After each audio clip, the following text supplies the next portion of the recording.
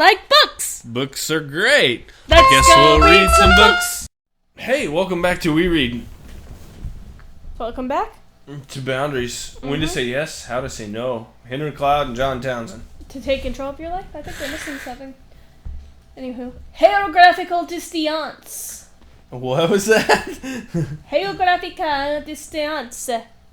Okay, sure, yeah. Yeah? Yeah. Yeah. Yeah. Yeah. Now we're just mixing up all sorts of accents. Yeah. Hey. Hi. Accents.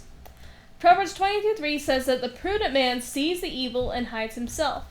Sometimes physically removing yourself from a situation will help maintain boundaries. You can do this to replenish yourself physically, emotionally, and spiritually after you've given your limit, as Jesus often did. Or you can remove yourself to get away from danger and put limits on evil. The Bible urges us to separate from those who continue to hurt us and create a safe place for ourselves. Removing yourself from the situation will also cause the one who is left behind to experience a loss of fellowship that may lead to changed behavior, may being the key word there. One of my favorite stories is Joshua, or was it, excuse me, not Joshua, Joseph running away from Potiphar's wife. Oh, yeah. He's just like, get the heck out of Dodge. I do not want to be in here. Yeah. He went for geographical distance. He did. Yeah. I don't know why, but I especially like that story. That didn't work out very well for him. Ultimately, it did, but in that particular situation, maybe a bad Potiphar's example. wife accused him of rape when she was the one that was coming on to him.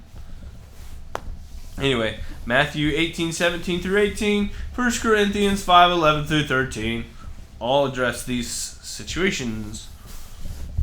It did work out well for him, but I mean, that's just what you gotta do to get the heck out of Dodge to make a boundary. When a relationship is abusive, many times the only way to finally show the other person that your boundaries are real is, it's like your boundaries are real, like Strong Bad's girlfriend. Oh, tell me about her. Well, first of all, she's really, really real. She's got a face that you can totally look at. Yes. She's in Canada. To show the other person that your boundaries are real, my Canadian girlfriend is to create space until they are ready to deal with the problem. The Bible supports the idea of limiting togetherness for the sake of binding evil. Time.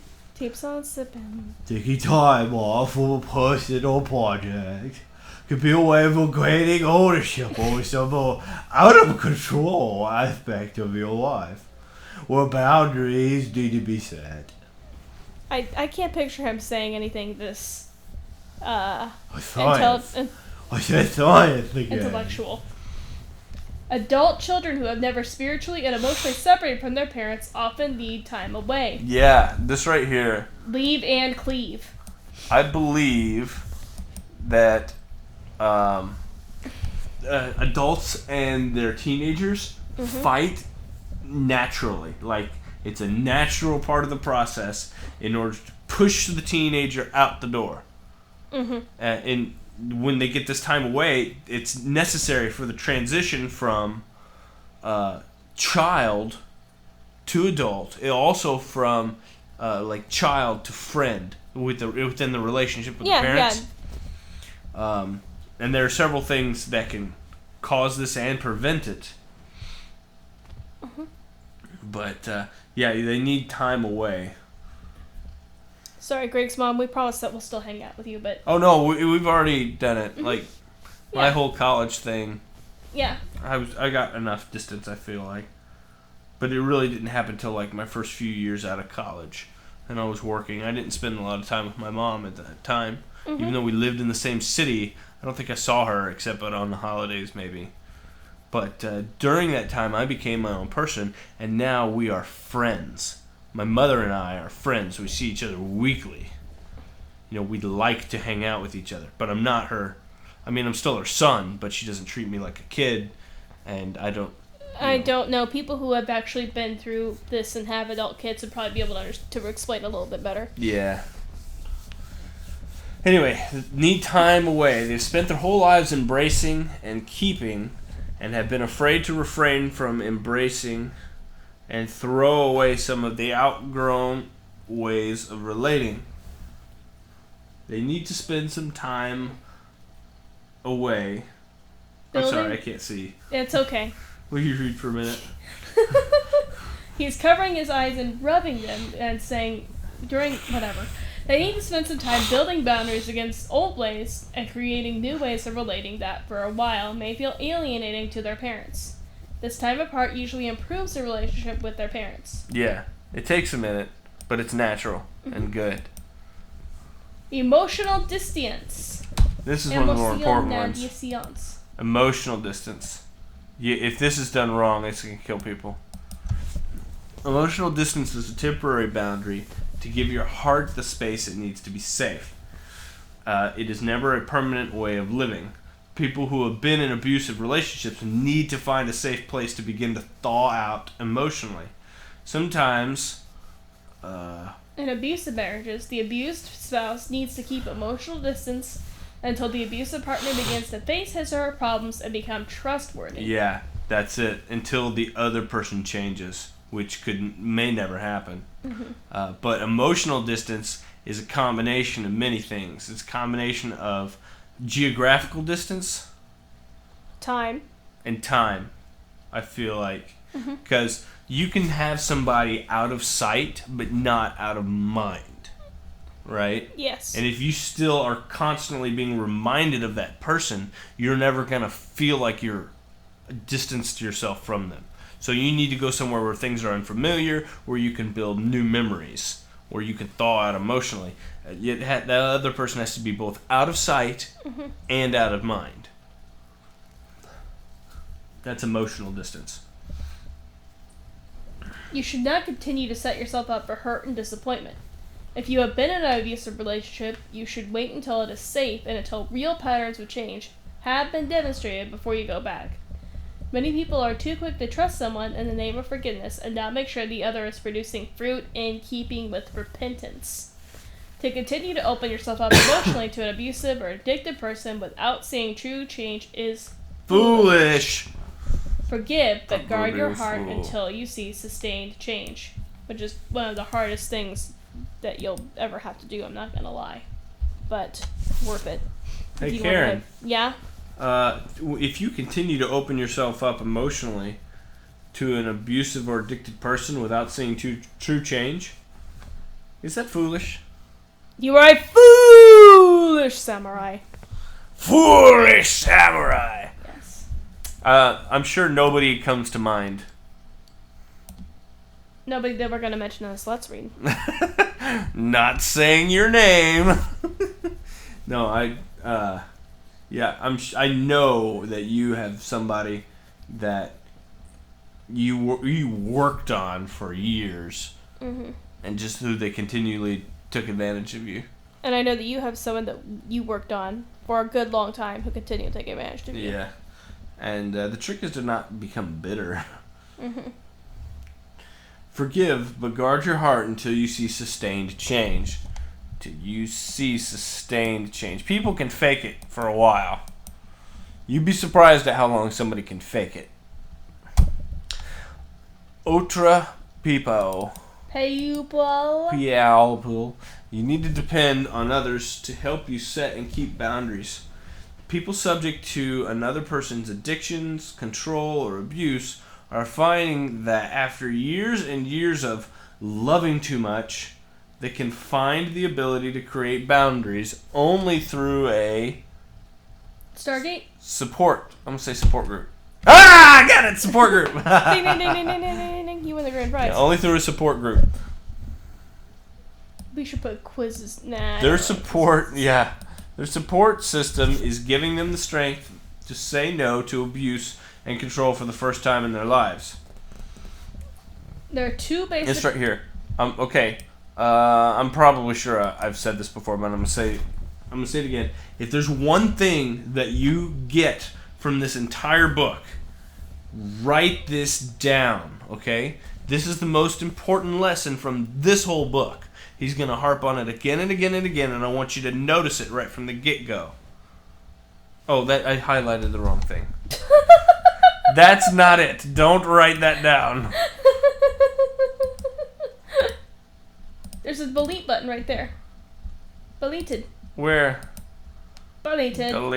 Deleted. Right here. Mm-hmm. Okay, here it is. Most important part of boundaries is having a support group of people who will help you reinforce your boundaries. You cannot do this alone. I don't care if you believe me or not. It's the truth. You can't do it by yourself. If there is no one in your life encouraging your boundary, you will not keep it. If you and all your friends and your boyfriend or girlfriend or husband or wife all smoke cigarettes and you decide you're going to quit with nobody else doing it with you, yeah, let me know how that goes. You know he's getting serious now because he's getting closer up to the mic. I mean, come on. Let's have some one-on-one time, okay? Yes. I'm going to get right up to the mic here. We're going to have some one-on-one, okay? You need help with your boundaries. You're not going to be able to keep them on your own. You, like Karen and I have a rule. Mm-hmm. No dieting on our own. If you're going to start a fancy new diet, I have to be in on it. You and I have to be going the same direction, or one of us is going to pull the other off the path. Okay? The support group concept is the number one thing that you need to learn from this book. Get it? Got it? Good. He's making some really questionable faces at the microphone right now.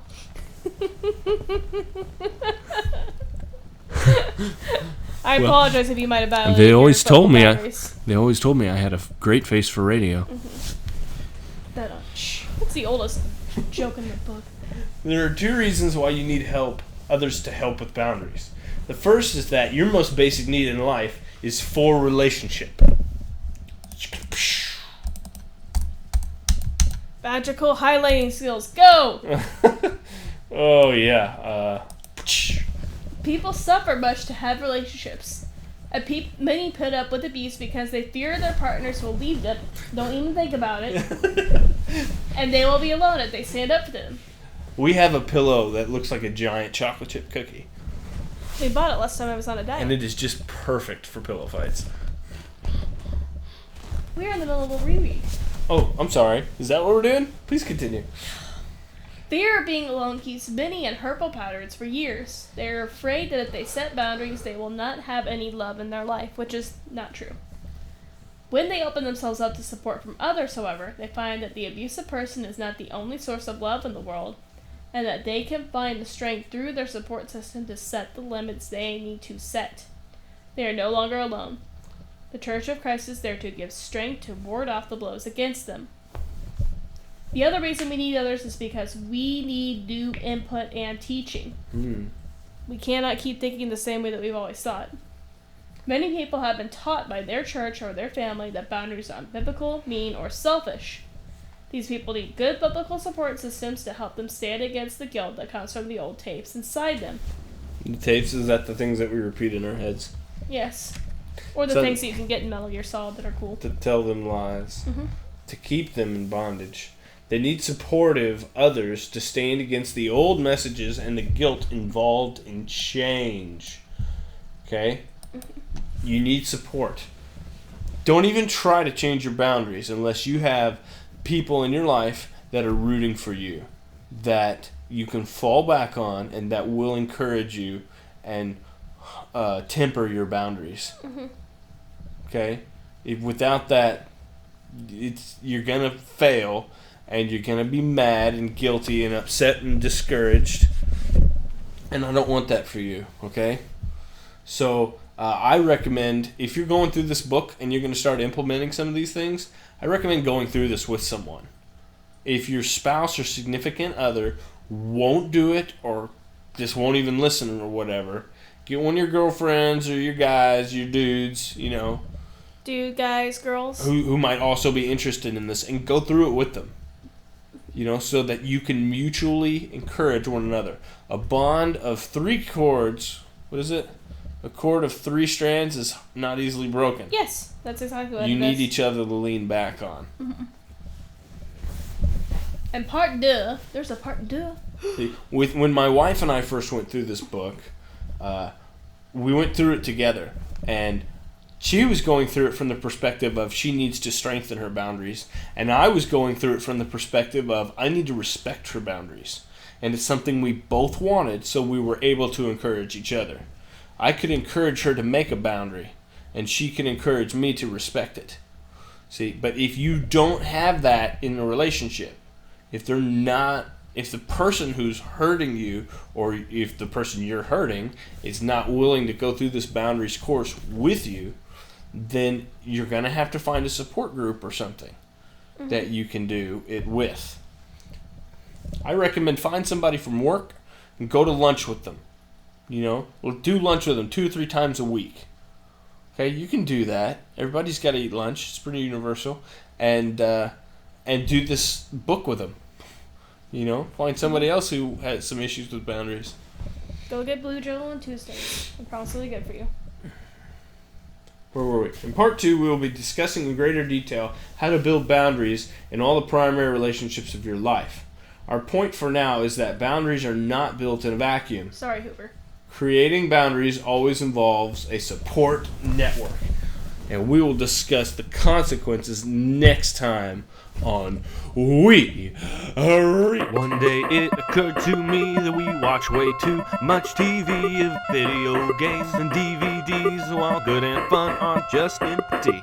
About that time Karen came to me and she confessed that she'd like us to read, and for our family's sake she began to plead. And since I can't get by on my looks, we agreed and said, let's go read some books.